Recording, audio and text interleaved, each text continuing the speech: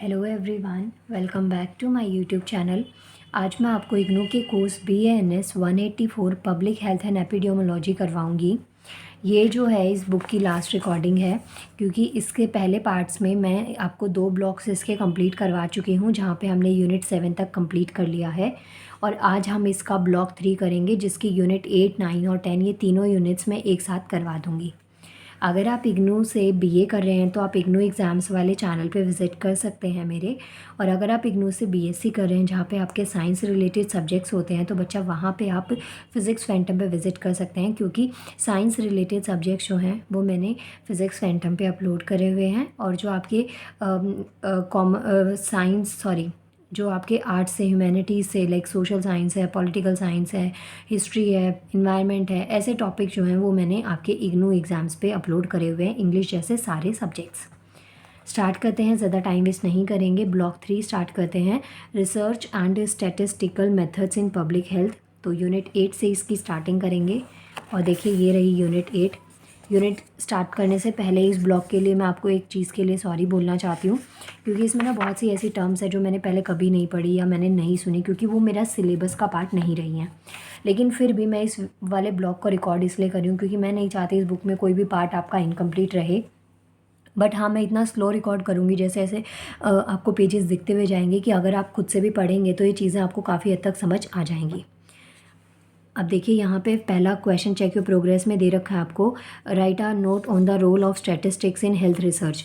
आपको यहाँ पे शॉर्ट नोट लिखना है इसके ऊपर, स्टैटिस्टिक्स इन हेल्थ रिसर्च। तो ये पेज नंबर 142 पे मिलेगा।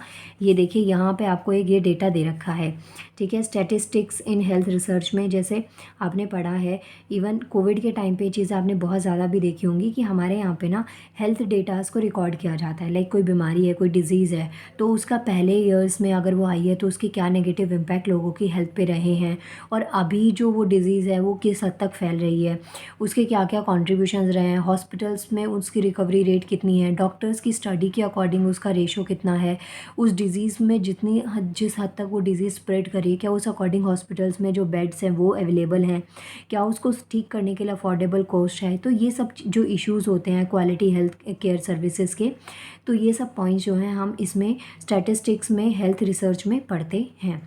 यहाँ पे ना एक पर्टिकुलर बीमारी या डिजीज़ के बारे में बात नहीं करी हुई है, यहाँ पे एक ओवरऑल आपसे हेल्थ रिलेटेड रोल पूछा गया है। अब यहाँ पे देखिए, यहाँ पे ये ना आपको एक स्टार्टिंग में थोड़ा इंट्रोडक्शन दे रखा है, कि हेल्थ जो है वो हर एक इंडिविजुअल के लिए एक प्राइमरी डिटरमिनेंट है क्वालिटी ऑफ लाइफ के लिए, क्योंकि जब हेल्थ ठीक होगी तभी आप यहाँ पे अपने आप को आगे सर्वाइव करवा पाएंगे। फिर चाहे वो आपकी मेंटल हेल्थ हो, चाहे वो फिजिकल हेल्थ हो, तो उसका ठीक होना बहुत ज़्यादा ज़रूरी है। नेक्स्ट पॉइंट इसमें आता है हमारा, जैसे रोल जो है स्टैटिस्टिक्स का क्या है। स्टैटिस्टिक एक सब्जेक्ट होता है जो डील करता है किससे, कलेक्शन से, ऑर्गेनाइजेशन से और डेटा को एनालाइज करने में। इसके अलावा ये हेल्प करता है एक इंटरफेस को ड्रॉ करने में about the population based on sample data. जैसे आपने जनगणना सुनी होगी, जहाँ पे देखा जाता है कि फैमिली में कितने मेंबर्स हैं। इसके अलावा कई बार ऐसे भी स्टैटिक काउंट्स होते हैं, कि जो फैमिली है उसमें कितने छोटे बच्चे हैं जो पोलियो ड्रॉपलेट्स लेते हैं, या फिर जिनको जो बहुत छोटे बच्चे हैं जिनकी जो न्यूट्रिशंस की, जो पोषक तत्वों की रिक्वायरमेंट है वो आपसे थोड़ी अलग है, ओल्ड एज में जो पर्सन है वो कितने हैं। तो ये सब चीज़ें किस में आती हैं, आपकी स्टैटिस्टिक्स के अंदर काउंट करी जाती हैं। तो अब ये पॉइंट्स यहाँ पे लिख सकते हैं, जैसे प्रेस्पेक्टिव स्टडी हो गई, केस कंट्रोल स्टडी हो गई, ठीक है। तो बच्चा ये पॉइंट्स आप एक बार यहाँ पे देख लीजिएगा। यहाँ पे आप देख सकते हैं कुछ आउटकम्स यहाँ पे दे रखे हैं, कि हर एक स्टडी जो है ना उसको कुछ रिटर्न प्रोटोकॉल्स की ज़रूरत होती है, जैसे एम और ऑब्जेक्टिव क्या है उस स्टैटिक डेटा का, स्टडी क्या है, टारगेट ग्रुप कौन से हैं जहाँ पे उनको आपको एड्रेस करना है, ड्यूरेशन क्या है उस स्टडी की, सैम्पलिंग डिज़ाइन क्या है, मेथड क्या है उस डेटा को कलेक्ट करने का, एनालाइज करने का, और कुछ एथिकल इश्यूज़, और सबसे लास्ट बहुत इंपॉर्टेंट बजट एस्टिमेट की, वो प्रॉब्लम जो है उसको टैकल करने के लिए कितने तक का बजट अलॉट किया गया है, किस तरीके से आप वो जो डेटा कलेक्ट करें उसमें कितना खर्चा है, क्योंकि जो डेटा कलेक्ट होता है ना वो भी अपने आप ही नहीं हो जाता, तो उसके लिए भी लोगों को अवेयर करना पड़ता है। आपने देखा होगा, ये जो ड्यूटी है मोस्टली गवर्नमेंट स्कूल के टीचर्स को दी जाती है, कि वो घर घर जाके वो डेटा जो है वो कलेक्ट करते हैं। तो ये पॉइंट्स आप यहाँ पे लिख सकते हैं। नेक्स्ट क्वेश्चन आता है यहाँ पे, distinguish between population and sample with suitable example. इसका आंसर भी 143 पे है, लेकिन यहाँ मैंने एक कॉमन पेज नंबर लिखा है 156। इसके बारे में अभी बात करेंगे, पहले 143 पे भी आंसर देख लीजिए। ये देखिए, ये रहा पॉपुलेशन और सैम्पल। तो पॉपुलेशन क्या है, कलेक्शन ऑफ ऑल सब्जेक्ट, जहाँ पे पीपल लोग हैं, एनिमल है, प्लांट पार्ट है, इन सब की कलेक्शन, वो क्या होता है हमारा पॉपुलेशन। तो ये गोल ऑफ स्टडी होता है और स्टडी ग्रुप से ये रिलेट करता है। लेकिन जो सैम्पल है ना वो रिप्रेजेंटेटिव होता है पर्टिकुलर पोर्शन को, किसी भी पॉपुलेशन के सबसेट को, ठीक है। जैसे इसमें से मैंने कुछ एक पिक कर लिया और उसमें भी मैंने कुछ और शॉर्ट में डाल दिया, तो वो चीज़ हमारे सैम्पल के अंदर आती है। ये पॉइंट्स आपको ध्यान रखने हैं। जैसे यहाँ पे डिफाइन किया हुआ है, we define a population as all womens in a town below 30 years and suffering from anaemia. बेटा मिनट में पानी पी लूँ।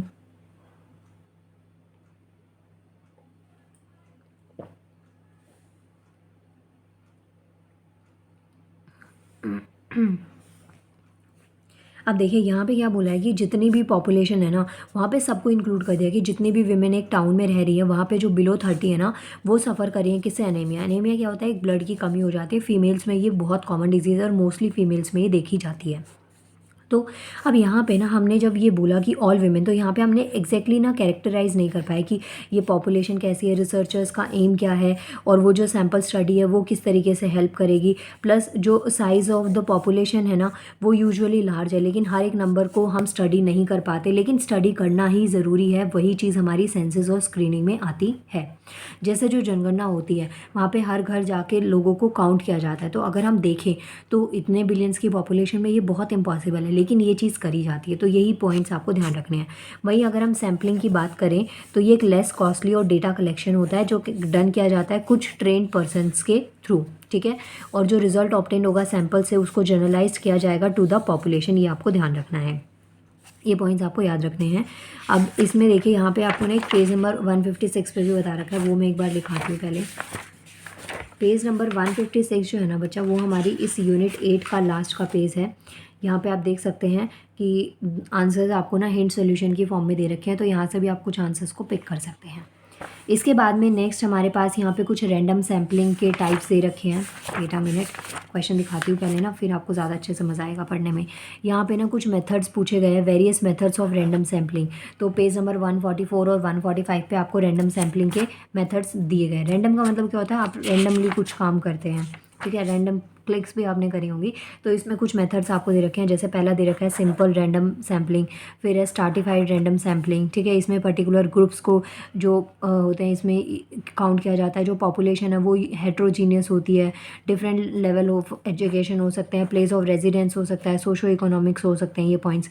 सिस्टमेटिक सैम्पलिंग का मतलब होता है जहाँ पे आप रेजिडेंशियल हाउस नंबर जैसे कॉलोनीज़ को, इनको आप नंबर्स को काउंट करते हैं, ठीक है। एक जो हाउस है उसमें गैप जो है वो एक फिक्स रेशो में है। क्लस्टर सैम्पलिंग जो होता है क्विक और इजी टू एडमिनिस्टर होता है, क्योंकि यहाँ पे क्या है आपने कुछ गाँव को ना एक चूज़ कर लिया और उसमें सारे विलेज जैसे उसमें से आपने क्या किया कि आपने एक डेटा कलेक्ट तो किया, लेकिन आपने एक पर्टिकुलर वो डाल दिया कि 30 हाउस होल्ड्स हैं तो वहाँ पे रैंडमली 600 हाउस होल्ड्स हैं उनको कवर कर लिया उस स्टडी में। तो एक रैंडम जब नंबर आप देते हैं तो वो हमारा क्या होता है, क्लस्टर सैम्पलिंग, ठीक है।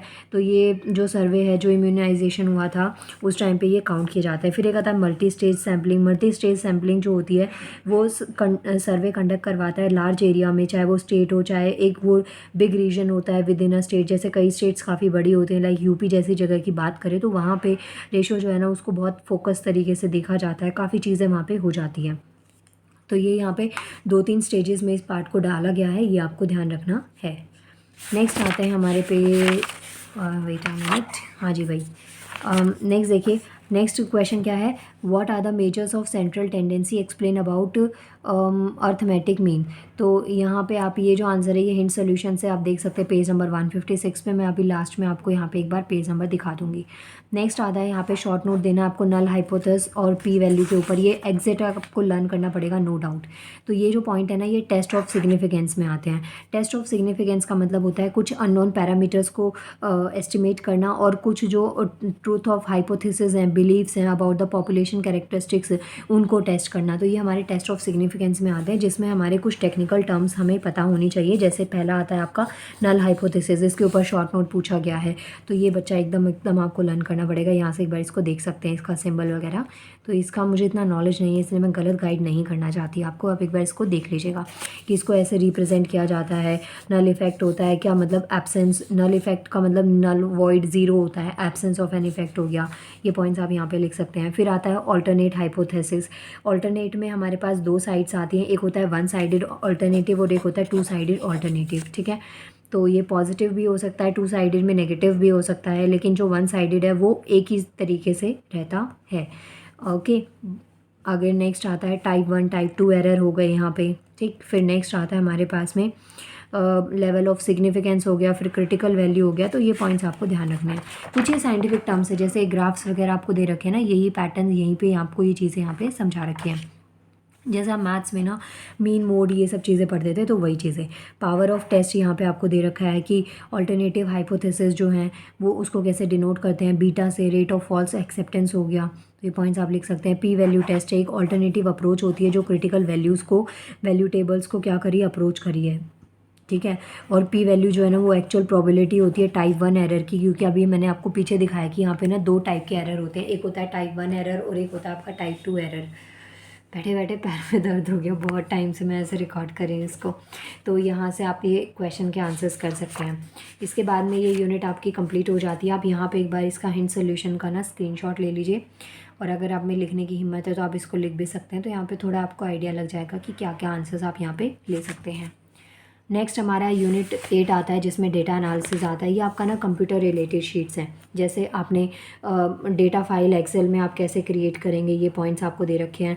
जो एक्सेल वर्कशीट होती है, एक्सेल की जो वर्कशीट होती है एक्सेल में, ये कितने शीट में कितने कॉलम्स होते हैं, कैसे उसको डिफाइन किया गया है, नंबर ऑफ़ रोज़ कितनी होती है, शीट्स कितनी होती हैं। तो एक चीज़ मैं आपको बता दूँ, जब आप लेफ़्ट टू राइट जाते हैं ना तो ये हमारे होते हैं रो, ठीक है। और नीचे जब आते हैं तो ये होता है हमारे कॉलम्स। तो ऐसे आपको पढ़ लेने हैं, ठीक है। तो नंबर ऑफ़ रोज़ जो शीट में वो कितनी है, नंबर्ड उनको कैसे किया जाता है, ठीक भाई।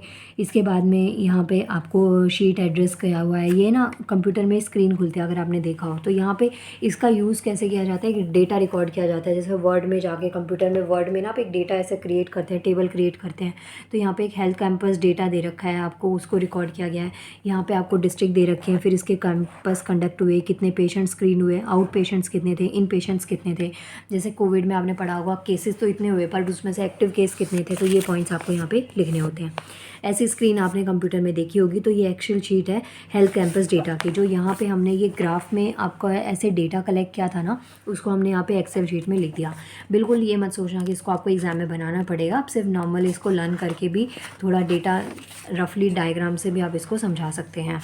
नेक्स्ट यहाँ पे आपको एक्सेल वर्क में शीट्स जो फाउंड करी गई है उसमें पॉइंट्स आपको बता रखे हैं कि डेटा कलेक्शन होता है, कॉलम विड्स है, फ्रीज पेन्स हैं, ठीक है, सॉफ्ट फिल्टर है, कट कॉपी पेस्ट ऑप्शंस है, पेस्टल स्पेशल्स हैं, और एक्सपोर्टिंग डेटा टू वर्ड है। एक बार इसको प्लीज़ आप अच्छे से देख लीजिए, मैं आपको सजेशन दूंगी, एक बार रीड कर लीजिएगा। अगर नहीं होता तो इस यूनिट को छोड़ दीजिए, जितना पढ़ा उसको बहुत अच्छे से आप करके चले जाइएगा।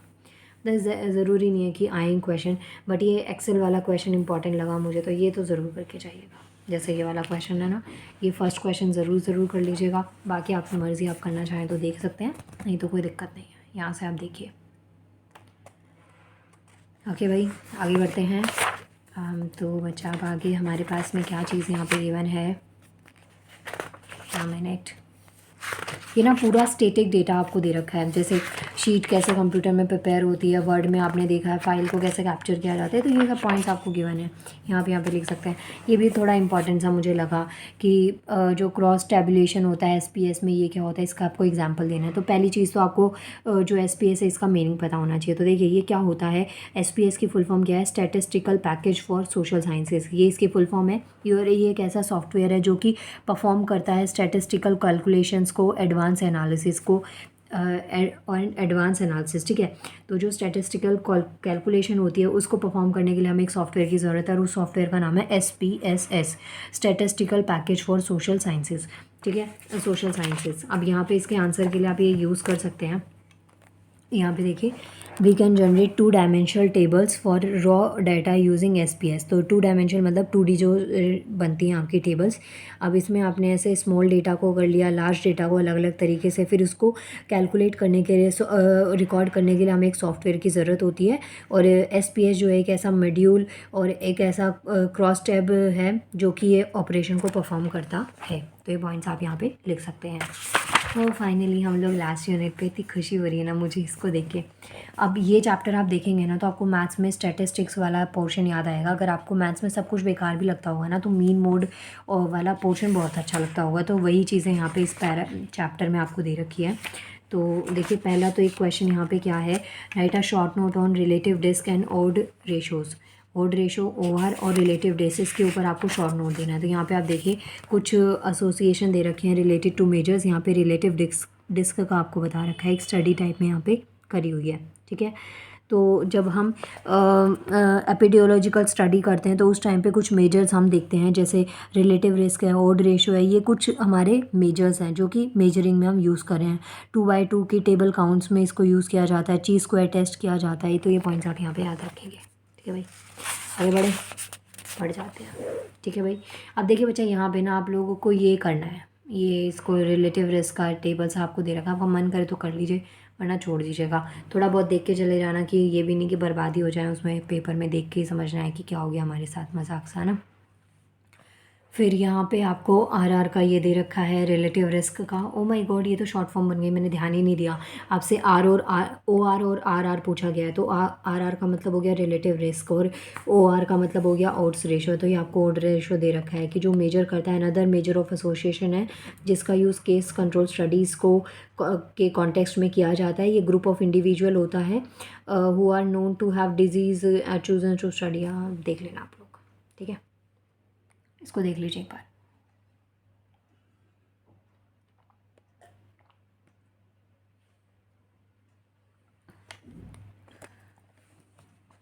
अभी ना एग्ज़ाम में ज़्यादा टाइम नहीं बचा है, वरना ना मैं इसको खुद से अच्छे से पढ़ के समझ के फिर रिकॉर्ड करती ना तो आपको बहुत हेल्प मिल जाती। बट अभी टेम्प्रेरी बेसिस पे काम चला लीजिए, नेक्स्ट टाइम एग्ज़ाम से पहले ना मैं रिकॉर्ड कर दूँगी। बट आई विल प्रे कि आपको भी एग्ज़ाम दोबारा ना देना पड़े। बट जो बच्चे दोबारा देंगे ना उनके लिए बात कर रही हूँ कि चलो भाई उनका तो कुछ भला हो जाए ना। आफ्टर ऑल मेरे चैनल से जुड़े हैं तो उनको कुछ एडवांटेज तो मिलना चाहिए। देखिए नेक्स्ट यहाँ पे क्वेश्चन दे रखा है, व्हाट इज़ एनोवा टेस्ट और how it is performed in SPS. तो एनोवा टेस्ट क्या है, इसको एसपीएस में कैसे परफॉर्म किया जाता है, इसके आंसर के लिए सीधा सीधा बैक में चले जाना, हिंट सोल्यूशन आपको दिख जाएगा। तो एनालिसिस ऑफ वेरिएशन एनोवा है, एक स्टैटिस्टिकल टूल है जो कि यूज़ करता है compare the mean value of a single continuous variable Y among 3 और मोर इंडिपेंडेंट ग्रुप्स पे, ठीक है। इसमें ग्रुपिंग वेरिएबल होता है जो कि फैक्टर लाइक डोज होता है एज ग्रुप्स में, जैसे सोशो इकोनॉमिक स्टेटस, ये सब चीज़ें आपको ध्यान रखनी है। बस ख़त्म।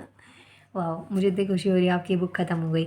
बट अभी नहीं, आपको ना मैं नेक्स्ट पार्ट में नेक्स्ट एक वीडियो इसकी रिकॉर्ड करूँगी जिसमें इसके सारे इंपॉर्टेंट क्वेश्चंस जो मुझे लगेंगे ना इंपॉर्टेंट, तो वो सारे क्वेश्चंस मैं आपके इसमें करवा दूँगी। ये बीच में कहीं और ही रिकॉर्ड हो रहा था, मैंने ध्यान ही नहीं दिया, प्लीज़ एडजस्ट कर लीजिएगा। ये यूनिट 8 है, 9 है और 10, ये तीनों भी कंप्लीट और फाइनली इट्स ओवर, ठीक है। अब नेक्स्ट क्लास में मिलते हैं बच्चा, जिसमें मैं आपके इसको इंपॉर्टेंट लिस्ट क्वेश्चंस की आपको दे दूँगी। Thank you so much. Video को लाइक, चैनल को सब्सक्राइब और इंस्टाग्राम पर भी फॉलो कर सकते हैं, जिसका लिंक इस वीडियो के डिस्क्रिप्शन में मैं दे देती अभी। बट अभी ना मेरा लैपटॉप कुछ ख़राब सा चल रहा है, तो इस वजह से मैं ना थंबनेल भी अपडेट नहीं कर पा रही हूँ और फिर लिंक वगैरह भी नहीं दे पा रही हूँ। तो अभी फ़ोन से सिर्फ इतना होता है कि मैं वीडियोज़ अपलोड कर दूँ आपके लिए। सो उसके लिए I really very sorry, but मैं जल्दी उसके ऊपर वर्क करूँगी। Thank you so much.